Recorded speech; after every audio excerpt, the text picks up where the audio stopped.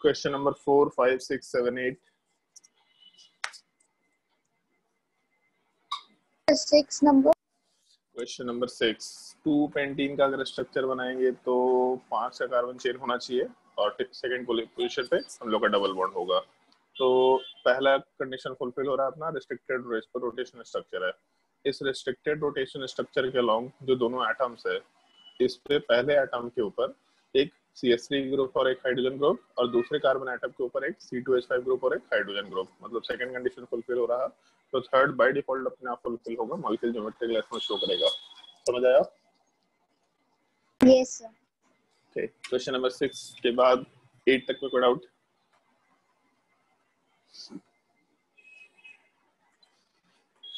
फिर उसके बाद 9 से लेकर के क्वेश्चन नंबर 13।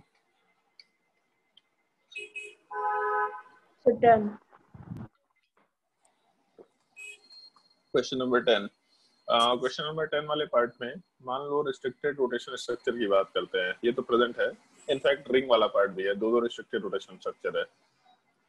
जब इस रिस्ट्रिक्टेड रोटेशन स्ट्रक्चर के अलोंग पहले एटम को देखेंगे तो इसके ऊपर वाले ग्रुप में और नीचे वाले ग्रुप में कोई डिफरेंस है क्या अद्वैत? No sir. और राइट साइड वाले पार्ट में भी ऊपर वाले ग्रुप और नीचे वाले ग्रुप में कोई डिफरेंस नहीं है। तो इसका मतलब अगर इसके सर ऊपर वाले में तो यहाँ डिफरेंस है, यहाँ ऊपर कार्बन 14 दे रखा है तो इधर डिफरेंस है। लेकिन अगर डिफरेंस वाला पार्ट केवल एक साइड है, मतलब इस राइट वाले साइड में ऊपर का ग्रुप कार्बन 14 है, नीचे का ग्रुप कार्बन 12 है, तो राइट साइड में डिफरेंस है। बट क्योंकि लेफ्ट साइड में डिफरेंस नहीं है तो मॉलिक्यूल में सेकंड कंडीशन वाला पार्ट फुलफिल नहीं हो पा रहा, मॉलिक्यूल ज्योमेट्री क्लास में शो नहीं करेगा। क्वेश्चन नंबर 13 तक में और कोई डाउट?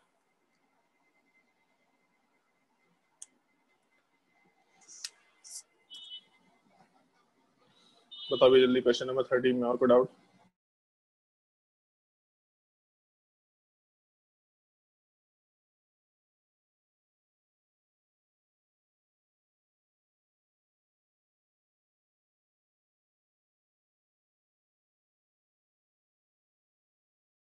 तो थोड़ा डिफिकल्ट है, बहुत डिफिकल्ट तो नहीं है, बट लास्ट क्लास में बता दिया था लोन पेयर को ग्रुप के जैसा कंसीडर करना है। 14, 15, 16, 17 में कोई डाउट?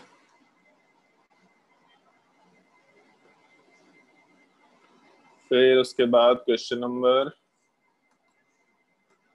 18, 19, 20 में कोई डाउट?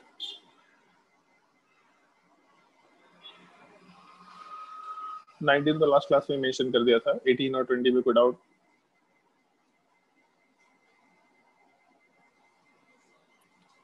ट्वेंटी 22, 23, 24 में कोई डाउट?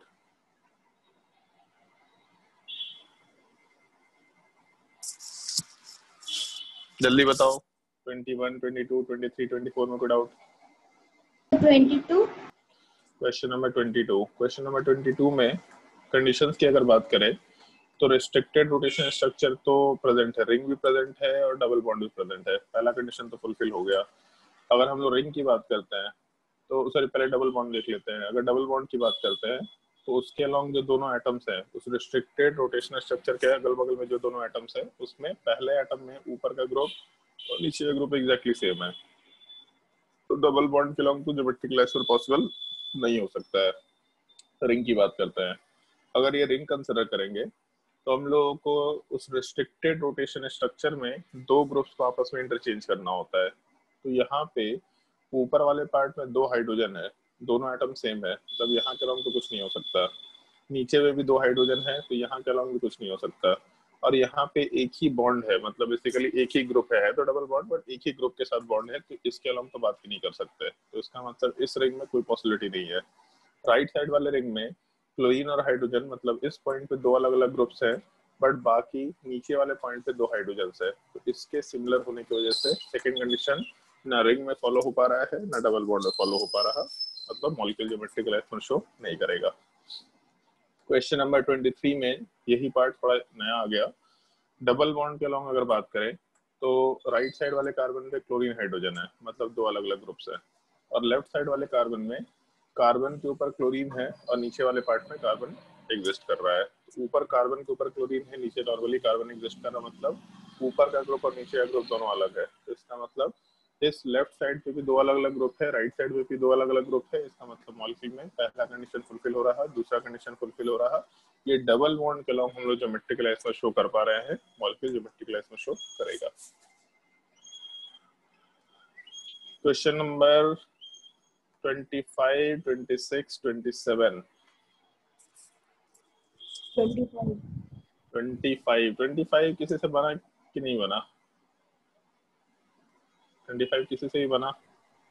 सर मतलब गलत हो गया, लेकिन हमें समझ में आ गया क्यों होगा। अच्छा, 25 को स्टार मार्क कर सकते हैं, थोड़ा अच्छा सवाल है। यहाँ पे अगर डबल बॉन्ड को कंसिडर करें तो डबल बॉन्ड के अलोंग मतलब रिस्ट्रिक्टेड रोटेशनल स्ट्रक्चर तो एग्जिस्ट कर रहा है, बट पहले वाले एटम पे हम लोग को ऊपर क्लोरीन हाइड्रोजन दो अलग अलग ग्रुप है, बट राइट साइड में ऊपर का ग्रुप और नीचे का ग्रुप सेम है। तो इस डबल बॉन्ड के अलोंग ज्योमेट्रिक लाइंस पर पॉसिबल नहीं हो पाएगा। लेकिन अगर इस रिंग को कंसिडर करें, क्योंकि रिस्ट्रिक्टेड रोटेशनल स्ट्रक्चर तो रिंग भी हो सकता है, अगर इस रिंग को कंसिडर करें तो ऊपर वाले पॉइंट पे क्लोरीन हाइड्रोजन, नीचे वाले पार्ट पे क्लोरीन हाइड्रोजन, इसका मतलब दो अलग अलग ग्रुप्स दोनों जगह दे रखा है। तो इस रिस्ट्रिक्टेड रोटेशन स्ट्रक्चर के अलोंग दो अलग अलग ग्रुप्स है, मॉलिक्यूल ज्योमेट्रिकल लाइंस में शो करेगा इस पार्टिकुलर रिंग के अलोंग। और एक मॉलिक्यूल में कहीं भी ज्योमेट्रिकल लाइंस मिल रहा है मतलब मॉलिक्यूल ज्योमेट्रिकल लाइंस में है, मतलब सेकंड कंडीशन फुलफिल हो रहा है, थर्ड अपने आप फुलफिल होगा, मॉलिक्यूल ज्योमेट्रिकल लाइंस में शो करेगा। और कोई डाउट? 25, 26, 27 थोड़ा यूनिक सवाल है, इसको हम ऐसे भी डिस्कस कर लेंगे। 26 में जो डबल बॉन्ड है उसके अलावा हम लोग लास्ट क्लास में बताए थे कि 6 मेंबर रिंग तक हम लोग रोटेशन ही चेंज मतलब ओरिएंटेशन क्लोरीन को दूसरी साइड लेके जा ही नहीं पाएंगे, क्योंकि इस कार्बन को दूसरी साइड लेके जाना पड़ेगा। ऐसा कार्बन चेन वाला पार्ट ऐसा अगर जा रहा है तो उस केस में ऐसा कुछ पॉसिबिलिटी हम लोग के पास निकल के नहीं आ सकता। 6 मेंबर रिंग में मुश्किल है ये चीज निकाल पाना। तो इसीलिए जैसे 8 मेंबर रिंग में लास्ट क्लास में बताया था कि ऐसा ओरिएंटेशन पॉसिबल होता है, जो कि 6 मेंबर रिंग तक में पॉसिबल नहीं हो पाता है। 6 मेंबर रिंग में पॉसिबल होने का मतलब कि 4 कार्बन तो यहीं पे हो गया, उसके बाद ये 5वां कार्बन या 6ठा कार्बन और दोनों के बीच में बॉन्ड होना चाहिए। तो इतना लंबा कार्बन कार्बन बॉन्ड बन पाएगा क्या? कार्बन का एटम का साइज भी तो इतना बड़ा होना चाहिए, तो ये चीज पॉसिबल नहीं हो पाता है। इसलिए कि डबल बॉन्ड के अलोंग हम लोग ओरिएंटेशन को ही चेंज नहीं कर सकते, तो हम लोग ज्योमेट्रिक लाइंस को नहीं बना सकते हैं इस केस में। और रिंग के अलोंग अगर बात करें तो यहाँ पे केवल एक ही तो बॉन्ड है क्लोरीन, नीचे भी केवल एक ही बॉन्ड है ब्रोमीन, तो रिंग के अलोंग भी हम लोग बात नहीं कर सकते, क्योंकि बाकी हर जगह पे हाइड्रोजन हाइड्रोजन हाइड्रोजन हाइड्रोजन दे रखा है। और क्वेश्चन नंबर 27 में अगर नाइट्रोजन के लोन पेयर को कंसिडर करें हम लोग, तो हम डायग्राम में मेंशन कर रहे हैं। जैसे लोन पेयर को अगर कंसिडर किए तो sp2 हाइब्रिडाइजेशन के हिसाब से ट्रायगोनल पैरेलल स्ट्रक्चर, मान लो दूसरा NH3 भी लेके चलता है, तो दूसरा NH3 वाले पार्ट पे भी एक CH3 इस टाइप से हो सकता है। जब एक पॉसिबिलिटी ऐसा कंसिडर कर सकते हैं आराम से हम लोग। एक तो ये स्ट्रक्चर हो गया, और दूसरा स्ट्रक्चर ऊपर वाले को तो हम चेंज भी नहीं कर, ऊपर वाले को अभी के लिए वैसा ही छोड़ दे रहे हैं। एक तो ये स्ट्रक्चर हो गया, और दूसरा मान लो इसका दूसरा स्ट्रक्चर लेके अगर चले हम लोग, तो दूसरे स्ट्रक्चर में इस बार हम CH3 वाले पार्ट को ऊपर लेके चले जाते हैं, मतलब जो CH3 दे रखा है ग्रुप अपना, ये ऊपर के साइड में चला गया। नहीं होगा, क्या होगा? बैक बॉन्ड नहीं होगा। बैक बॉन्डिंग अथवा किसके बीच में होना चाहिए? नाइट्रोजन पे तो लोन पेयर है, कोऑर्डिनेट किसको करेगा? कार्बन के ऊपर वैकेंट ऑर्बिटल है क्या? बैक बॉन्डिंग तो नहीं हो पाएगा। तो इस केस में पहले CH3 का डिस्टेंस कम था, अभी CH3 का डिस्टेंस बढ़ गया, तो इस केस में मॉलिक्यूल ज्योमेट्रिकल लाइंस में शो कर सकता है। इसमें इनफैक्ट ऐसा भी एक हो सकता था बोलने के लिए कि CH3 वाला पार्ट भी इधर चला गया, तब उस केस में एक और आइसोमर हो सकता है। लेकिन एक चीज ध्यान रखना, ऊपर भी एक ग्रुप है, तो ऊपर में जो CH3 है उसके तरफ से भी चीजें वेरिएट कर सकती हैं, ये भी चीज मैटर करेगा हम लोगों के लिए, थोड़ा ध्यान रखने का इस चीज को। मॉलिक्यूल ज्योमेट्रिकल लाइंस में शो कर सकता है क्वेश्चन नंबर 27 में। तो ये तुम्हारे ज्योमेट्रिकल आइसोमर का बहुत ही बेसिक पार्ट था जो अपने को ध्यान रखना होता है। इसके बाद एक छोटा सा पॉइंट हम लोग स्टार मार्क, हाँ अरविंद बोलो। कितना ज्योमेट्रिकल आइसोमर्स पॉसिबल होगा किसमें? 27 में कितना ज्योमेट्रिकल क्वेश्चन नंबर 27 वाले पार्ट में ज्योमेट्रिकल आइसोमर के लिए हम लोग कोई काउंटिंग तो नहीं कर सकते, मतलब फॉर्मूला तो अप्लाई नहीं कर सकते, काउंटिंग एक बार करके बता रहे हैं हम।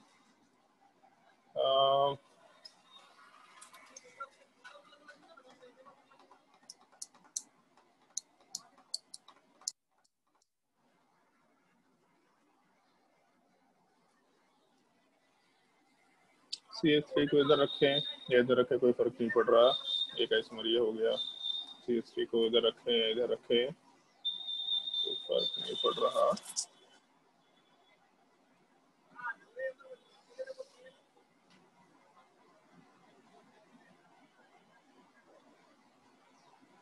देख के तो हमको 2 लग रहा है ज्योमेट्रिकल आइसोमर, अगर ऐसा केस रहा तो जो 2 ज्योमेट्रिकल आइसोमर होगा, उससे ज्यादा नहीं हो सकता। बट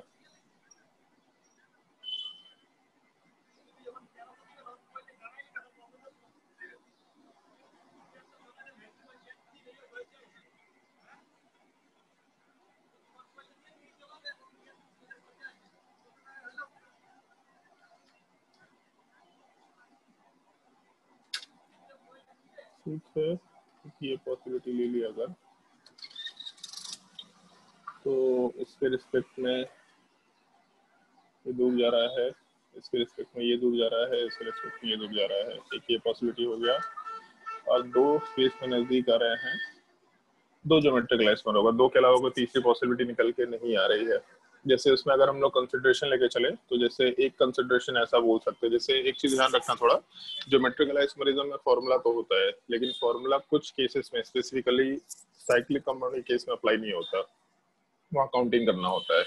तो जैसे एक स्ट्रक्चर ये समझ लो, हम लोगों का जो CH3 वाला पार्ट है, इसमें हम लोग इस तरह का स्ट्रक्चर लेकर के चल रहे हैं कि 2 CH3 वाला पार्ट, या फिर सबसे पहले नीचे स्ट्रक्चर समझ लो तो ऊपर वाला आसानी से समझ लेंगे हम लोग।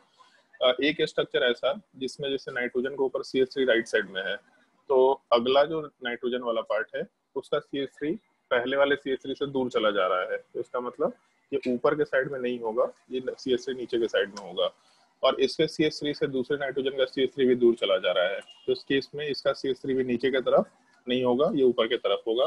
तो बाय डिफॉल्ट इसके रिस्पेक्ट में अगला नाइट्रोजन का CH3 भी और दूर चला जा रहा है। तो इसका मतलब एक तो ये पॉसिबिलिटी यहाँ पे सारे CH3 एक दूसरे से दूर जाने की टेंडेंसी में है, तो एक दूसरे से दूर रहने की टेंडेंसी में आ रखे हैं। और दूसरी पॉसिबिलिटी 2 CH3 को नजदीक में रख लो। अब इसमें जैसे 2 CH3 को अगर नजदीक रखेंगे तो ऊपर का CH3 राइट साइड में रखो या लेफ्ट साइड में रखो, उससे कोई फर्क नहीं पड़ेगा, क्योंकि नीचे वाले में मतलब यहाँ से दोनों पार्ट एग्जैक्टली सेम है। तो अगर CH3 को राइट साइड में रखेंगे तो इधर से डिस्टेंस कम होगा, अगर CH3 को लेफ्ट साइड में रखेंगे तो लेफ्ट साइड वाले पार्ट से डिस्टेंस कम होगा, दोनों एग्जैक्टली सेम स्ट्रक्चर होगा। तो एक ये पॉसिबिलिटी जहाँ पे दोनों CH3 को नजदीक में रखा और एक CH3 को फिर कहीं भी रखो, कोई फर्क नहीं पड़ रहा। कोई बोल सकता है कि इसमें तो सर हम लोग ऊपर वाले के रिस्पेक्ट में कैलकुलेशन कर सकते हैं कि ऊपर वाले में CH3 ऐसा रहा, दूसरे नाइट्रोजन में CH3 नजदीक में रहा। तो ठीक है, जब ये दोनों नजदीक में रहेगा तो जो तीसरा CH3 है वो तो कहीं भी रह सकता है क्योंकि सिमेट्रिकल स्ट्रक्चर है, तो तीसरा CH3 यहाँ रहेगा या फिर ऊपर रहेगा, उससे कोई फर्क नहीं पड़ेगा, क्योंकि एक से ज्यादा डिस्टेंस होगा और दूसरे से कम डिस्टेंस होगा। तो पहला ही जैसा स्ट्रक्चर होगा, एक से ज्यादा डिस्टेंस है और दूसरे से कम डिस्टेंस है, तो घुमाने पे जैसे ये जो दूसरा मॉलिक्यूल है, ये दूसरे मॉलिक्यूल को जब घुमा दो ऐसा 120 डिग्री, तो ये पूरा पार्ट ऊपर जाएगा, ये नीचे जाएगा और ये 120 डिग्री लेफ्ट साइड में आएगा, तो दोनों सेम ही स्ट्रक्चर, टोटल 2 आइसोमर निकल के आने चाहिए। समझ आया?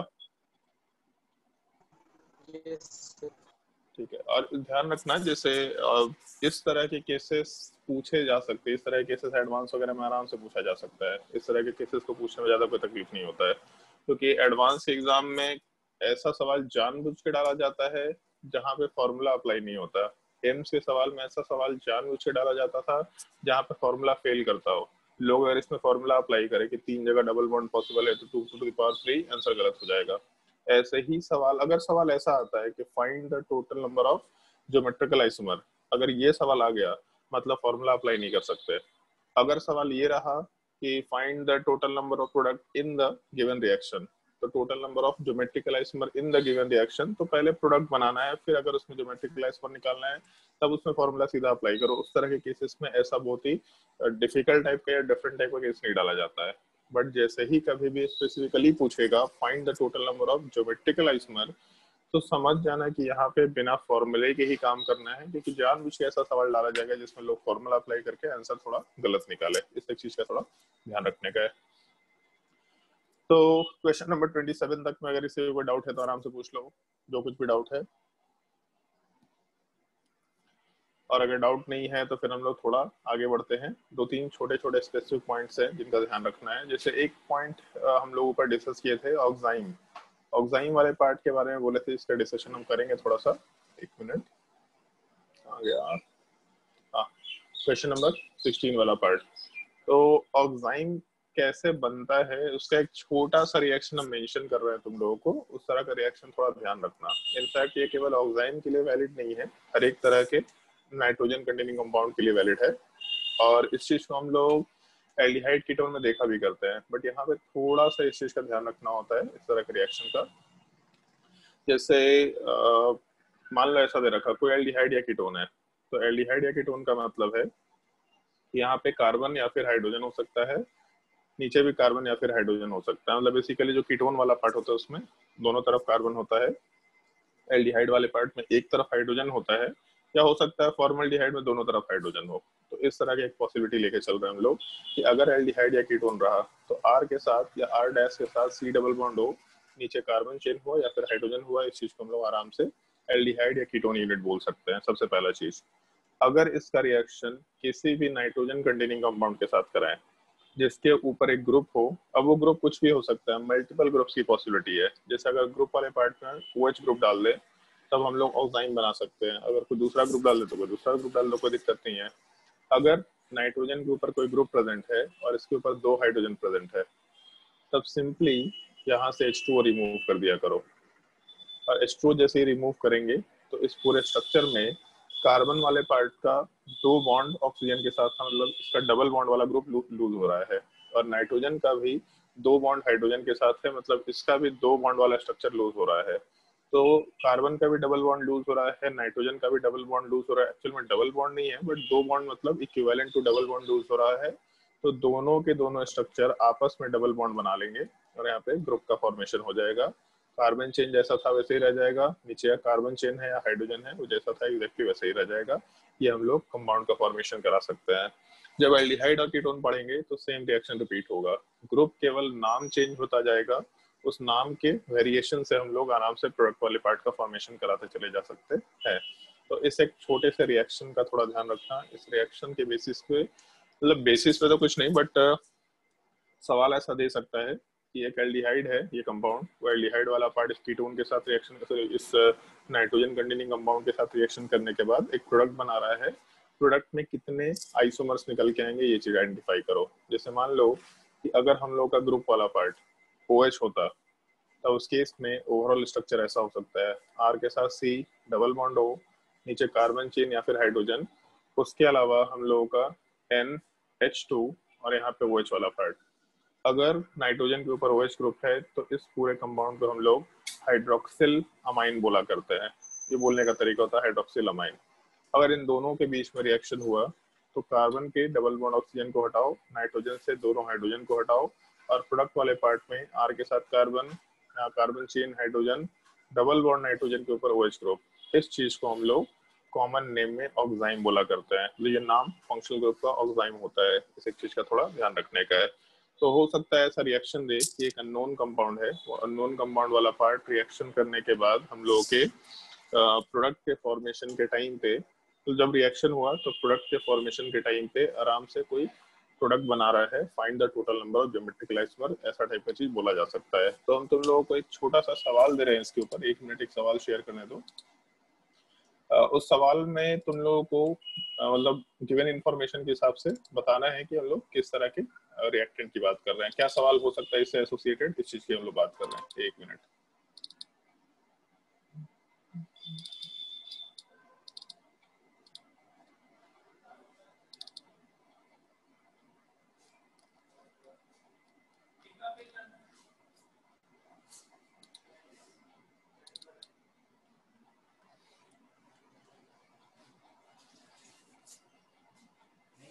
अच्छा, कुछ सवाल और भी है यहाँ पे, चलो वो सब सवाल भी ट्राई कर ही लेना है तुम लोगों को। हम तुम्हारे इसमें वर्कशीट में कुछ सवाल बता रहे हैं, 1 मिनट रुको।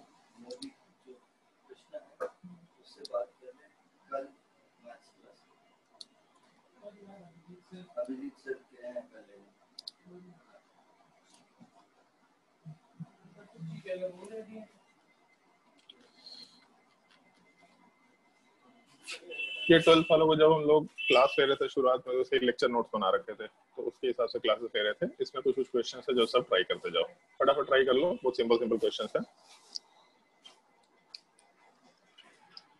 जो भी स्क्रीन पे क्वेश्चन दिख रहा है सबको बनाते चले जाओ।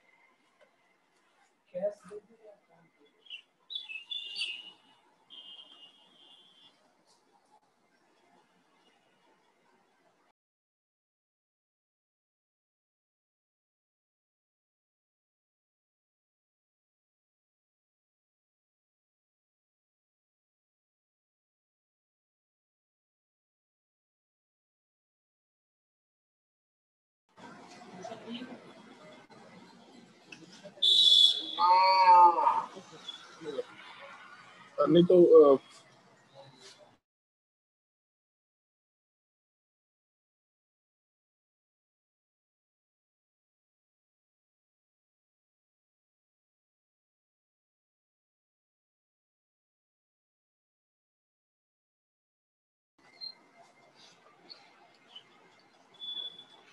प्रियांश, क्वेश्चन नंबर 1 आंसर होगा या नहीं होगा?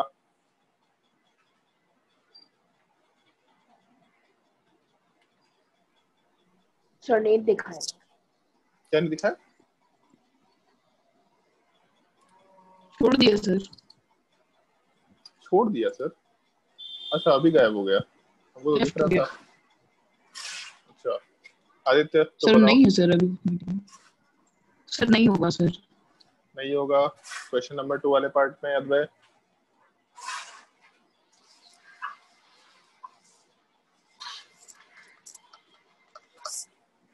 बोलते जाओ, फटाफट बोलते जाओ अद्वय। नहीं होगा। नहीं होगा। क्वेश्चन नंबर 3 वाले पार्ट में ज्योत्सना, सिंपल सवाल है सब, सारा का सारा सिंपल सवाल है। बोलो भाई ज्योत्सना, क्वेश्चन नंबर 3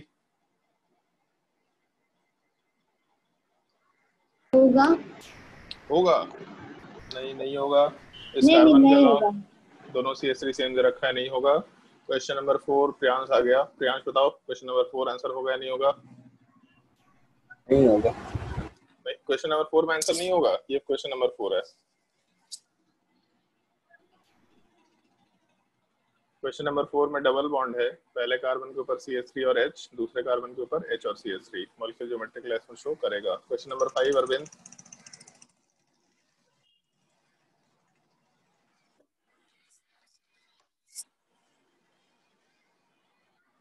बोलते जाओ भाई, जल्दी जल्दी बोलते जाओ, बहुत घटिया घटिया सवाल ही है। क्वेश्चन नंबर 8 तो हम लोग ऑलरेडी दे चुके हैं कॉपी में, सबसे पहला सवाल था, इसमें ज्योमेट्रिक क्लास में शो नहीं करेगा। अरविंद बताओ, क्वेश्चन नंबर 5 करेगा sir. Question number 5 geometric class में शो करेगा। पहले वाले के अलोंग ज्योमेट्रिक क्लास में शो नहीं करेगा, बट दूसरे के अलोंग करेगा। दूसरे वाले कार्बन पे एक H है और एक CH3, यहाँ भी एक H है और एक CH3। डाई ड्यूटेरो इथीन दे रखा है, 1,2 डाई ड्यूटेरो इथीन, मतलब इस पे एक हाइड्रोजन और एक ड्यूटेरियम, दूसरे पे भी एक हाइड्रोजन और एक ड्यूटेरियम लेकर के चल रहे हैं। तो मॉलिक्यूलर ज्योमेट्रिक क्लास पर वाला पार्ट आराम से शो करेगा, क्योंकि हो सकता है कि पहले वाले सिनेरियो में दोनों के दोनों हाइड्रोजन एक तरफ हो, या दूसरे वाले सिनेरियो में दोनों के दोनों हाइड्रोजन अपोजिट साइड हो। तो एक पॉसिबिलिटी ऐसा ले सकते हैं, carbon double bond carbon, H एक साइड और ड्यूटेरियम एक साइड। हाइड्रोजन और ड्यूटेरियम अलग अलग आइसोटोप्स हैं, अलग अलग ग्रुप्स के जैसा इसको कंसिडर करके काम करना। दूसरे वाले केस में हाइड्रोजन अपोजिट साइड या फिर deuterium opposite side. Question number 6 geometric class में शो करेगा। फिनाइल इथीन वाले पार्ट में इस कार्बन के ऊपर सारे हाइड्रोजन सेम दे रखे हैं, और इस पे तो बेंजीन रिंग पे तो कुछ हो नहीं सकता, मॉलिक्यूलर ज्योमेट्रिक क्लास में शो नहीं करेगा क्वेश्चन नंबर 7 वाले पार्ट में। उसके बाद नेक्स्ट वाले क्वेश्चन की अगर बात करते हैं, तो यहाँ कोई क्वेश्चन बचता है क्या? नहीं, ये तो हम डिस्कस कर ही चुके हैं। इमाइन वाला पार्ट हम लोग किसी काम का, अभी तो ये चीज बता ही दिया तुम लोगों को। नाइट्रोजन के ऊपर अगर कोई ग्रुप है, तो जैसे यहाँ हाइड्रोजन वाला पार्ट अगर दे रखा, तो उसको इमाइन बोला करते हैं। मतलब जैसे अमाइन होता है, तो अमाइन वाले पार्ट में कार्बन के ऊपर नॉर्मल सिंगल बॉन्ड नाइट्रोजन होता है। अगर कार्बन के ऊपर डबल बॉन्ड रहेगा तो उस केस में हम लोग इमाइन बोलेंगे। और एक चीज ध्यान रखना, जैसे कार्बन डबल बॉन्ड नाइट्रोजन अगर रहा ऐसा तो इसको इमाइन बोल रहे हैं, लेकिन अगर कार्बन डबल बॉन्ड कार्बन और इसके ऊपर डबल ये NH2 वाला पार्ट है तो इसको अल्कीन अमाइन मतलब ओवरऑल इनामाइन बोला करते हैं। तो नोमेनक्लेचर वाले पार्ट में ये जो ग्रुप है जहाँ कार्बन डबल बॉन्ड नाइट्रोजन है इसको इमाइन बोलेंगे, जबकि अगर कार्बन डबल बॉन्ड कार्बन और नाइट्रोजन फिर से सिंगल बॉन्ड पे है तो इनामाइन वर्ड यूज किया करेंगे, यहाँ पे इमाइन वर्ड यूज नहीं करेंगे। इस चीज का थोड़ा ध्यान रखने का। बाकी सिन और एंटी क्या होता है इसको हम लोग नाइट्रोजन डबल बॉन्ड कार्बन हुआ तो नाइट्रोजन डबल बॉन्ड कार्बन हुआ तो ये सेम चीज नहीं हो गया, carbon double bond nitrogen and nitrogen double bond carbon same चीज हुआ नहीं तो ठीक है। इसमें सिन और एंटी वाला पार्ट क्या होगा इसको हम लोग नोमेनक्लेचर वाले पार्ट में एक एक करके डिस्कस करते चले जाएंगे। अभी के लिए बस यहाँ पे थोड़ा सा मेंशन कर रखा है। ये चीज ट्राई करके देखो। Question, which of the following compound shows geometrical isomer after reaction with NH3। NH3 के साथ जब रिएक्शन कराएंगे तो हम लोग का इमाइन का फॉर्मेशन होगा। कौन कौन से मॉलिक्यूल ज्योमेट्रिकल आइसोमर शो करेंगे, ट्राई करके देखो।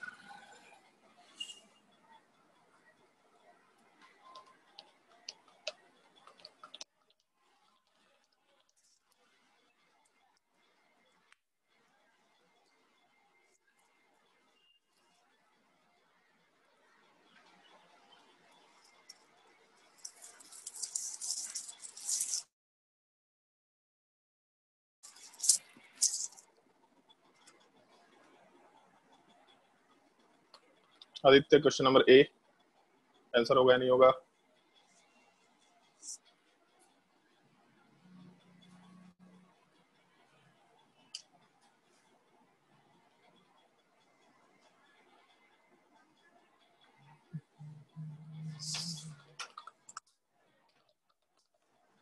ठीक है, आंसर हम बता देते हैं, जिसको भी जहाँ भी डाउट होगा पूछते चले जाना। क्वेश्चन नंबर ए वाले पार्ट में ज्योमेट्रिकल आइसोमर नहीं होगा, दूसरे वाले केस में नहीं होगा, तीसरे वाले केस में होगा, फोर्थ वाले केस में होगा, फिफ्थ वाले केस में ज्योमेट्रिकल आइसोमर होगा, सिक्स्थ वाले केस में ज्योमेट्रिकल आइसोमर नहीं होगा, सेवंथ वाले केस में ज्योमेट्रिकल आइसोमर होगा, एट्थ वाले केस में ज्योमेट्रिकल आइसोमर नहीं होगा, नाइन्थ वाले केस में ज्योमेट्रिकल आइसोमर होगा। क्वेश्चन नंबर 1 से लेकर 9 तक में अगर कोई डाउट है तो ABCDEFGHI कोई डाउट है तो पूछ सकते हैं। सर जी।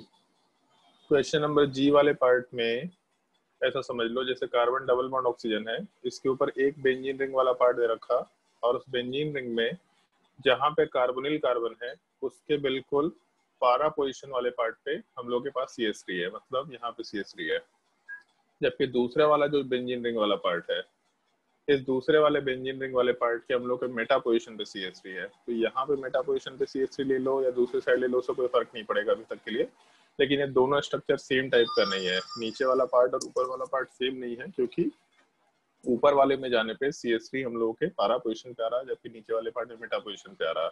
फिर जब इसका रिएक्शन H2NH के साथ कराएंगे तो ये तो हटेगा ग्रुप, और जैसे ये ग्रुप हटेगा तो प्रोडक्ट वाले पार्ट में कार्बन वाले पार्ट पे डबल बॉन्ड नाइट्रोजन आएगा, जिसपे एक लोन पेयर है और एक हाइड्रोजन। तो पहले बार में हो सकता है कि हाइड्रोजन वाले पार्ट का डिस्टेंस हम लोग ऊपर वाले ग्रुप के साथ कम रखें, मतलब जिस ग्रुप में CH3 ज्यादा डिस्टेंस पे है उसके साथ हाइड्रोजन का डिस्टेंस कम रख दे, और दूसरे वाले केस में हाइड्रोजन वाले पार्ट को अपोजिट साइड लेके चले जाए। तो जिस कार्बन वाले पार्ट का डिस्टेंस हम लोग का ज्यादा दूरी पे था उससे हाइड्रोजन का डिस्टेंस और बढ़ा दिए, तो ये दोनों ज्योमेट्रिकल आइसोमर कंसिडर किया जा सकता है। समझ आया? उसके बाद ABCDEFGHI कोई दिक्कत? ई वाले पार्ट में कार्बन डबल बॉन्ड के ऊपर एक बेंजीन रिंग और एक CH3 है। तो अगर यहाँ पे NH2H के साथ रिएक्शन कराते हैं तो यहाँ से sorry double bond oxygen H2 हटेगा, जब तो H2 हटाने पे हम लोग आराम से कार्बन डबल बॉन्ड नाइट्रोजन के ऊपर हाइड्रोजन डाल सकते हैं। नाइट्रोजन के ऊपर एक लोन पेयर और एक हाइड्रोजन है, और इस डबल बॉन्ड के लॉन्ग कार्बन के ऊपर PH और CH3। तो PH के साथ नाइट्रोजन का डिस्टेंस कम होगा, या फिर हो सकता है कि PH के साथ हम लोगों का नाइट्रोजन के लोन पेयर का जो डिस्टेंस है वो ज्यादा निकल के आ जाए, तो ज्योमेट्रिकल आइसोमर आराम से पॉसिबल हो सकता है। और कोई डाउट?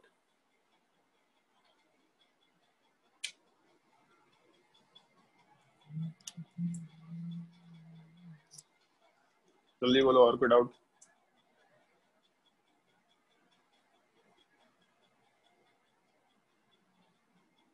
चलो ध्यान दो इसके अगले वाले क्वेश्चन पे। हाँ, ये ऑक्साइम वाला पार्ट था। अगर हाइड्रोक्सिलामाइन मतलब डबल बॉन्ड नाइट्रोजन के ऊपर OH वाला पार्ट, ये चीज अगर हम लोग हाइड्रोक्सिलामाइन के साथ रिएक्शन कराते हैं किसी भी कंपाउंड का, तो इस चीज को हम लोग ऑक्साइम बोलते हैं। अब जैसे इसमें अगर मान लो एल्डिहाइड के साथ रिएक्शन हुआ तो एल्डोक्साइम बोल रहे हैं, लेकिन कीटोक्साइम जैसा ऐसा हम लोग कुछ वर्ड यूज नहीं करते, जनरली इसको ऑक्साइम ही बोला करते हैं। एल्डोक्साइम नॉर्मली यूज नहीं किया जाता है। तो इस केस में कार्बन के साथ लोन पेयर का डिस्टेंस कम, कार्बन के साथ लोन पेयर का डिस्टेंस ज्यादा, या फिर हम लोग के कार्बन के साथ OH का डिस्टेंस ज्यादा, कार्बन के साथ OH वाले पार्ट का डिस्टेंस कम। तो हम लोग नॉर्मली लोन पेयर के हिसाब से काम नहीं करते, हम लोग OH ग्रुप वाले पार्ट के हिसाब से काम कर लेंगे। वैसे नोमेनक्लेचर सीन एंटी हम लोग एक एक करके आगे मेंशन करते चले जाएंगे। इसमें चलो ट्राई करके देखो, ये एग्जांपल वाले पार्ट में जो भी क्वेश्चन दे रखे हैं, ऑक्साइम कितने में बनेगा, कितने में ऑक्साइम ज्योमेट्रिकल आइसोमर बनाएगा, उसको लिखा ना फॉर्म 2 ऑक्साइम्स, मतलब कौन कौन से केस में ज्योमेट्रिकल आइसोमर पॉसिबल होगा। कुछ केसेस तो पहले ही वाले जैसे हैं, बट बाकी केसेस आराम से बना सकते हैं।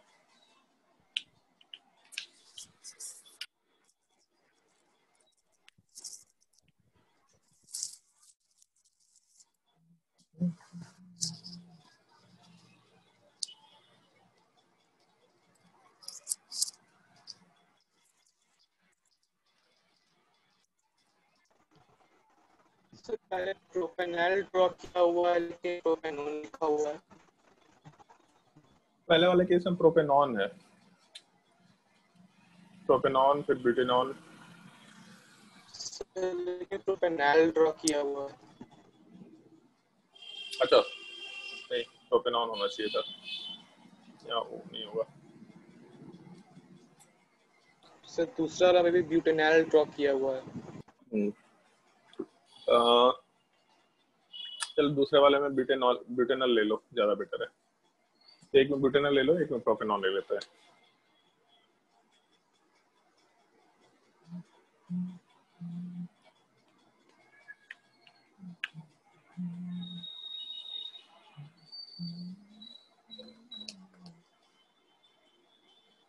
और कॉमन नेम वगैरह कुछ कुछ ध्यान रखना, जैसे एसिटोफिनॉन कॉमन नेम है, एक तरफ बेंजीन और एक तरफ CH3 और बेंजोफिनॉन कॉमन नेम से ही दोनों मॉलिक्यूल को दिखा रखा है, तो इसलिए कुछ कॉमन नेम ध्यान रखना। ऑल्दो आता जाएगा, बार बार आता जाएगा, तो कॉमन नेम अपने आप याद हो जाएगा।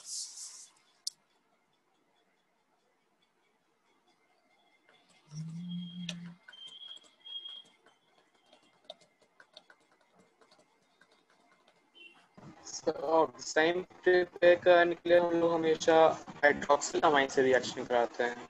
हाँ,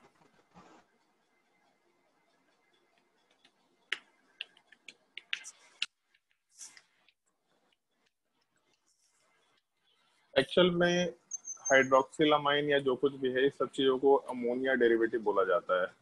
NH3 वाले पार्ट में अगर एक हाइड्रोजन वाले पार्ट को हटाते हैं तो ओवरऑल हम इस चीज को अमोनिया डेरिवेटिव बोल सकते हैं। और अमोनिया डेरिवेटिव वाले पार्ट में कोई भी ग्रुप हो सकता है, यहाँ पे जो भी पॉसिबल है वो सारे ग्रुप हटाते चेंज करते जाओ, प्रोडक्ट चेंज होता चला जाता है। जैसे एक हम लोग 2,4 डाई नाइट्रोफिनाइल हाइड्रोजीन ऐसा भी वर्ड यूज करते हैं, इसको हाइड्रोजीन बोला जाता है। NH2 N2H4 जो है बेसिकली, इस चीज को हाइड्रोजीन बोला जाता है। तो इस तरह का केसेस बहुत सारे एग्जिस्ट करते हैं और हम लोग को ज्यादा कुछ करना नहीं होता, बस ग्रुप जो है कौन कौन सा हो सकता है। तो अगर ग्रुप NH2 हुआ या फिर ग्रुप वाला पार्ट H हुआ, अगर ग्रुप वाला पार्ट OH हुआ, तो हम लोग का रिएक्टेंट का नाम क्या होता चला जाएगा और प्रोडक्ट क्या बनता चला जाएगा, ये चीज हम लोग बस मेंशन करते चले जाते हैं और ज्यादा कुछ नहीं करना होता अपने को।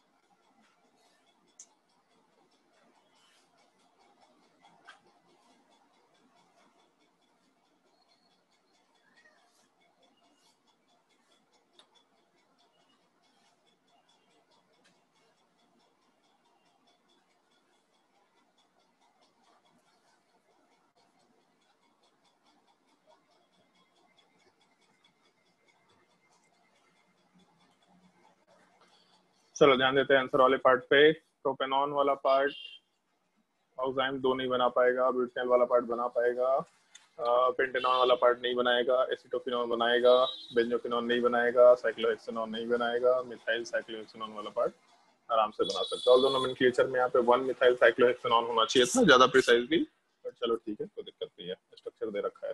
तो ये सब मॉलिक्यूल्स में अगर कहीं भी कोई डाउट है तो पूछ सकते हैं किसी भी क्वेश्चन में।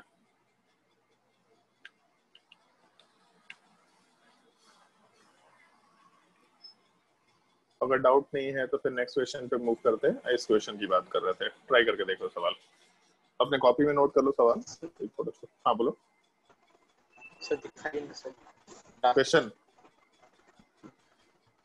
आंसर। यस यस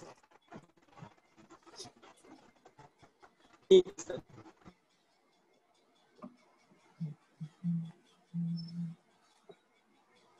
और इसके बाद ये क्वेश्चन ट्राई करके देखो।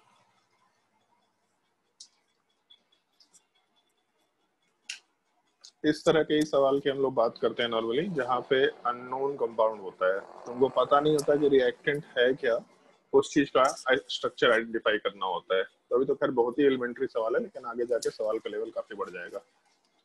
ओलंपियाड वगैरह के सवाल में रिएक्टेंट भी अननोन होता है, प्रोडक्ट भी अननोन होता है। बस कुछ कुछ रिएक्शंस में जो भी रिएक्टेंट दे रखे हैं, तो उन रिएक्शंस के प्रॉपर्टी के हिसाब से सब कुछ सोचना पड़ता है, सारी चीजों को आपस में रिलेट करना पड़ता है।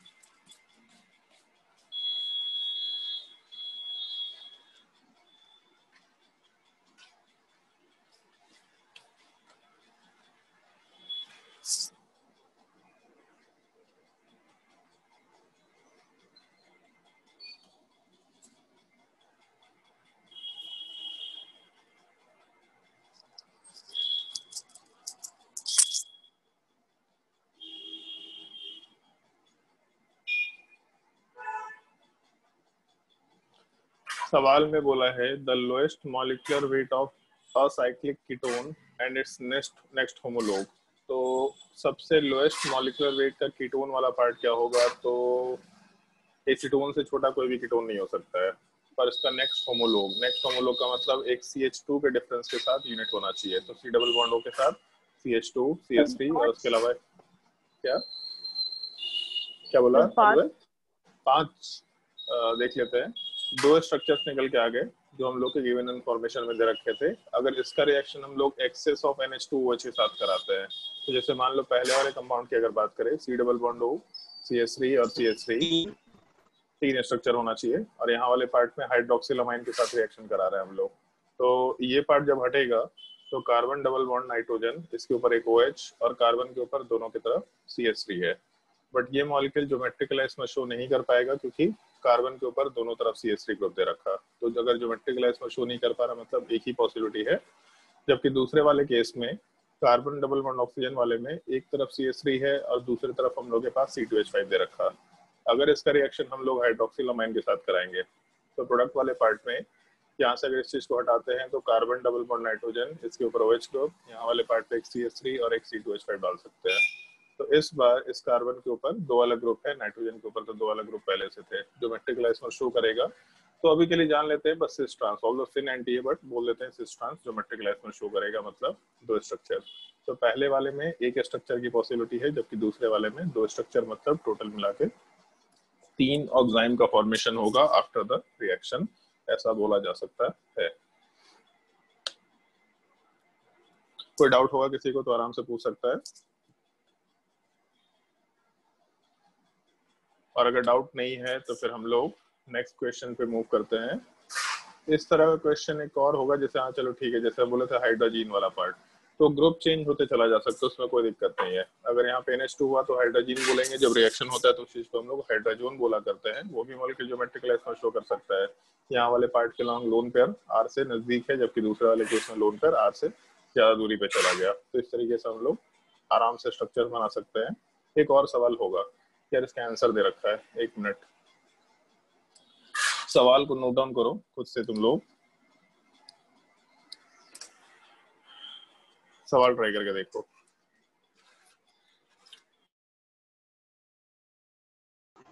सर सबसे राइट में कौन सा वर्ड लिखा हुआ है? राइट में सबसे राइट में कौन सा वर्ड लिखा? साइक्लोअल्केनोन। साइक्लोअल्केनॉन।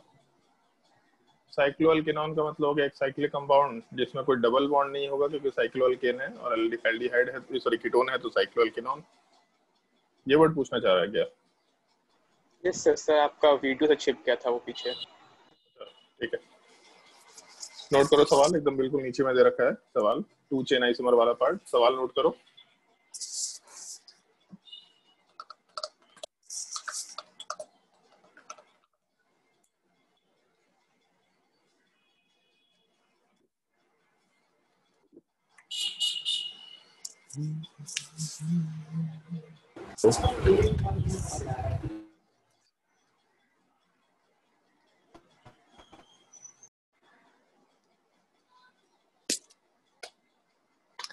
Two chain isomer of cycloalkenon which are next higher homologues of the lowest molecular weight. Lowest molecular weight होना चाहिए 2 cyclohexanone। तो इसका मतलब lowest molecular weight तो 3 membered ring में ही हो सकता है, और इसका next higher homologue just बगल में बनाई दी है। cycloalkenon reacted with hydrogen, hydrogen का मतलब हो गया N2H4, या फिर ज्यादा बेटर है इसको NH2NH2 के तरीके से लिखा करना हमेशा, ताकि याद रहे NH2NH2 वाला पार्ट। और इसका जब रिएक्शन कराएंगे तो यहाँ से डबल बॉन्ड ऑक्सीजन हटेगा, नाइट्रोजन के ऊपर NH2, ऑक्सीजन हटेगा, नाइट्रोजन के ऊपर NH2। तो यहाँ पे दोनों साइड का ग्रुप सेम है, ज्योमेट्रिकल आइसोमर पॉसिबल नहीं है, दूसरे में भी ज्योमेट्रिकल आइसोमर वाला पार्ट पॉसिबल नहीं है। इसका मतलब मॉलिक्यूल तो ज्योमेट्रिकल आइसोमर शो नहीं करेगा कहीं से भी, दो ही स्ट्रक्चर निकल के आना चाहिए, ऐसा हम लोग आराम से बोल सकते हैं। 2 chain isomer of cycloalkenone which are next homologue of the lowest molecular weight। अच्छा सॉरी, कुछ और सवाल इसमें दे रखा है। 2 chain isomer of a cycloalkenone which are next higher homologue of lowest molecular weight। थोड़ा गलती है, बता दिए। जो हम लोग को ये कंपाउंड दे रखा था तो सवाल में ऐसा नहीं बोला है कि ये दोनों कंपाउंड, सवाल में बोला है 2 chain isomer of cycloalkenone which are next higher homologue of lowest molecular weight cycloalkenone. Lowest molecular weight cycloalkenone का जो नेक्स्ट हायर होमोलॉग होगा, उस नेक्स्ट हायर होमोलॉग वाले पार्ट का 2 चेन आइसोमर चाहिए हम लोगों को। तो इस कंपाउंड का रिएक्शन इसके साथ नहीं करा रहे हम लोग, मतलब इस कंपाउंड से हम लोग नेक्स्ट हायर होमोलॉग में गए, मतलब ये सवाल में तो है ही नहीं, ये पार्ट सवाल में है, और इसका 2 चेन आइसोमर चाहिए। तो 2 चेन आइसोमर में एक 4 मेंबर्ड रिंग है और दूसरा एक 3 मेंबर्ड रिंग अगर लेके चलते हैं तो एक तरफ CH3 ग्रुप लगा सकते हैं। तो ये 2 स्ट्रक्चर्स ये होने चाहिए थे, हम थोड़ा गलत बोल दिए थे उस टाइम पे। अब इन दोनों रिएक्शन वाले पार्ट को अगर कंसिडर करें तो हम लोग के रिएक्शन वाले पार्ट में अगर 4 मेंबर्ड रिंग है तो 4 मेंबर्ड रिंग में जो ऑक्सीजन है अगर उसको हटा करके यहाँ नाइट्रोजन डालते हैं और इसमें NH2, तो मॉलिक्यूल ज्योमेट्रिकल आइसोमर शो नहीं करेगा, मतलब एक ही स्ट्रक्चर निकल के आएगा। जबकि 3 मेंबर्ड रिंग में अगर एक मिथाइल ग्रुप है और यहाँ डबल बॉन्ड ऑक्सीजन वाले पार्ट की जगह पे N के साथ NH2 डालेंगे तो मॉलिक्यूल ज्योमेट्रिकल आइसोमर शो करेगा। इसका मतलब यहाँ पे सिस और ट्रांस अभी के लिए बोल के काम चला सकते हैं। तो पहले वाले में एक स्ट्रक्चर, दूसरे वाले में 2 स्ट्रक्चर, टोटल मिला करके 3 स्ट्रक्चर्स मेंशन कर सकते हैं हम लोगों के हाइड्रोजोन्स वाले पार्ट में। आइडेंटिफाई द स्ट्रक्चर ऐसा बोल सकते हैं एग्जैक्टली।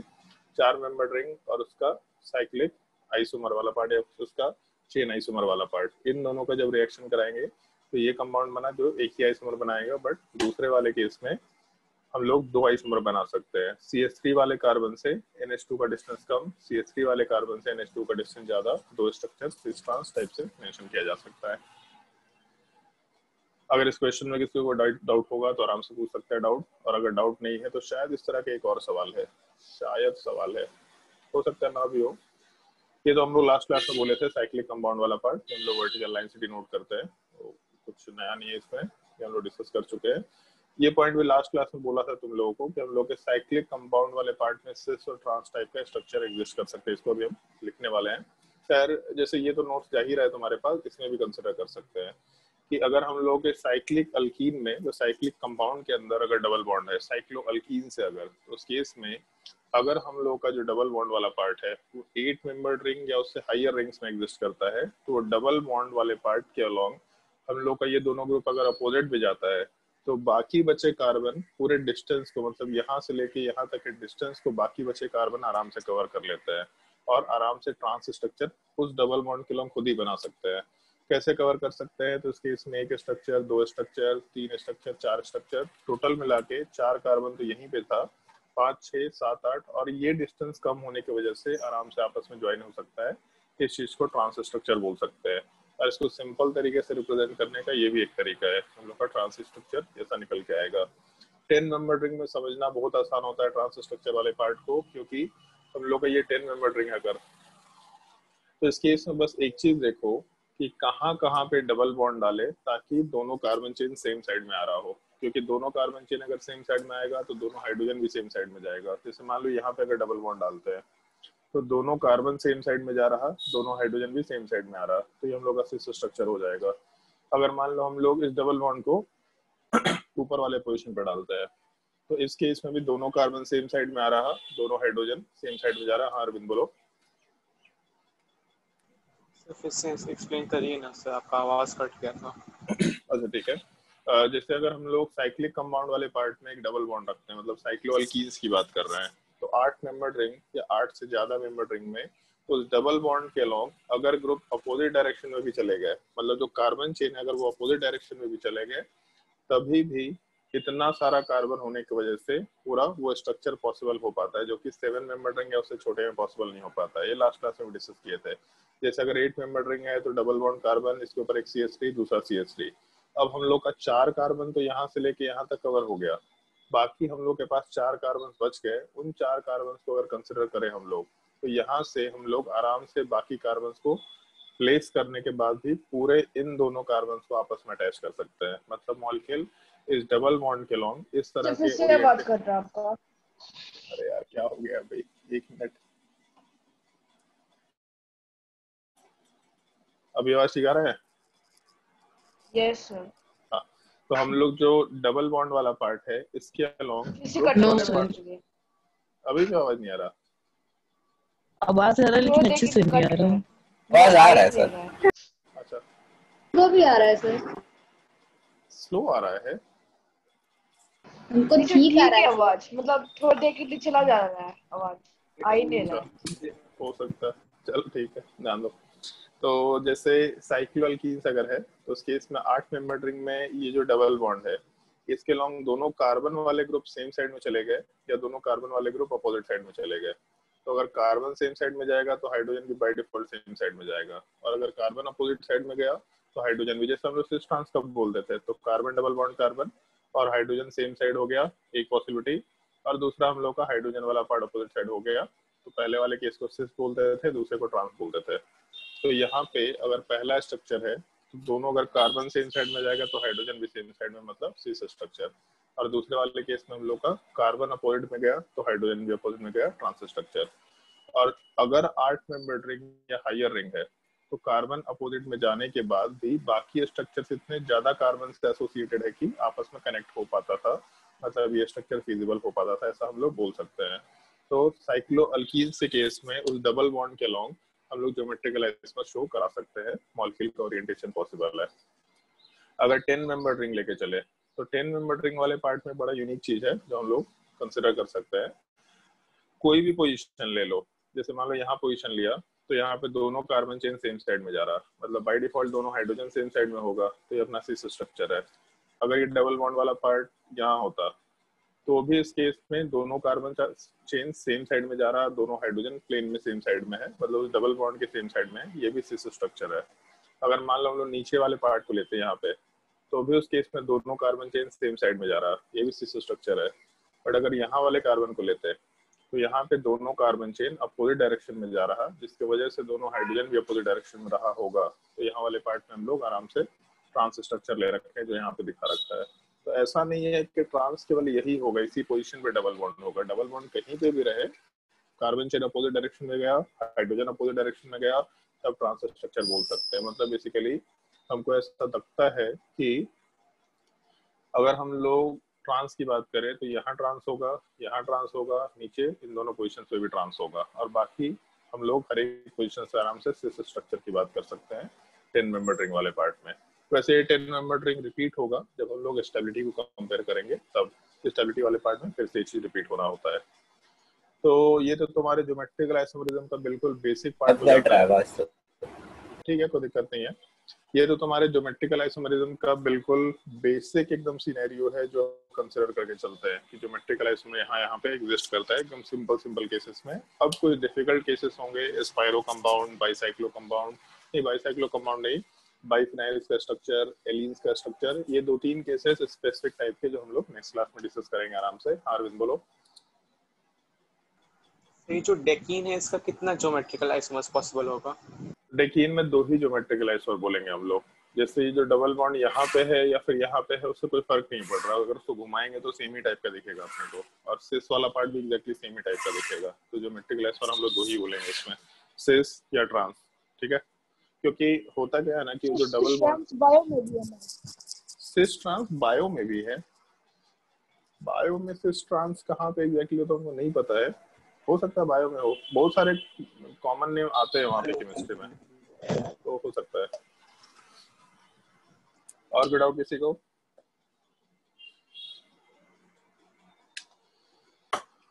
अगर डाउट नहीं है तुम लोगों को तो आज तुम्हारे ग्रुप में हम एक वर्कशीट भेज रहे हैं। वो वर्कशीट में बहुत सारे टाइप के टॉपिक्स हैं जो तुम लोगों को कवर करना होता है। 1 मिनट,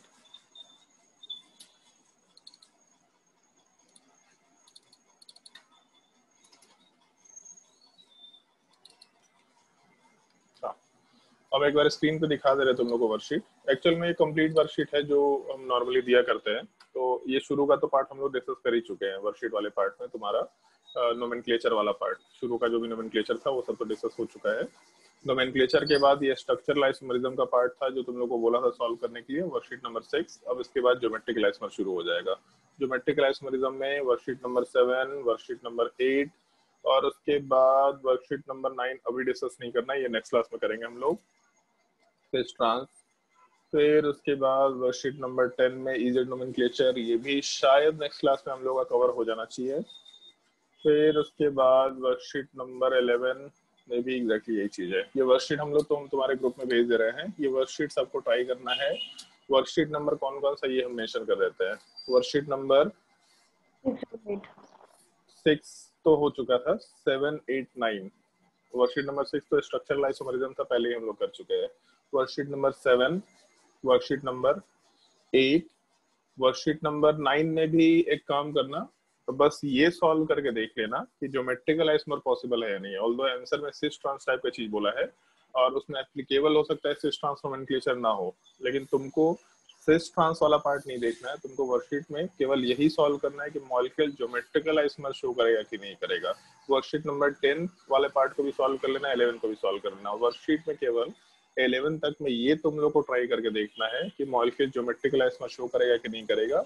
और वर्कशीट नंबर 9, 10, 11 इन सब में आंसर हम नेक्स्ट क्लास में बता देंगे और उसमें जहाँ कहीं भी कोई डाउट होगा आराम से डाउट पूछ सकते हैं। तो ये चीज का ध्यान रखना, वर्कशीट में 7, 8, 9, 10, 11 इन सारे क्वेश्चन को आराम से सॉल्व कर सकते हैं।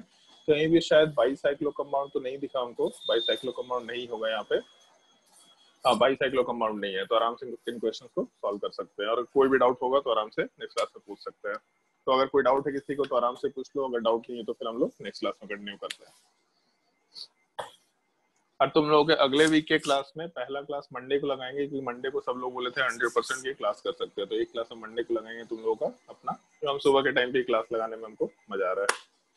बाकी आज रिजल्ट निकला था मेंस का, अभी तक ज्यादा लोगों से मेरी तो बात खैर किसी से हुई नहीं। हम पता नहीं, मतलब सुबह क्लास के बाद हम सुबह आज बहुत जल्दी उठ गए थे एकदम से। कल रात को ही आ गया था ना? हाँ, रात में हमको लगता है 140 या 145 के अराउंड आया था।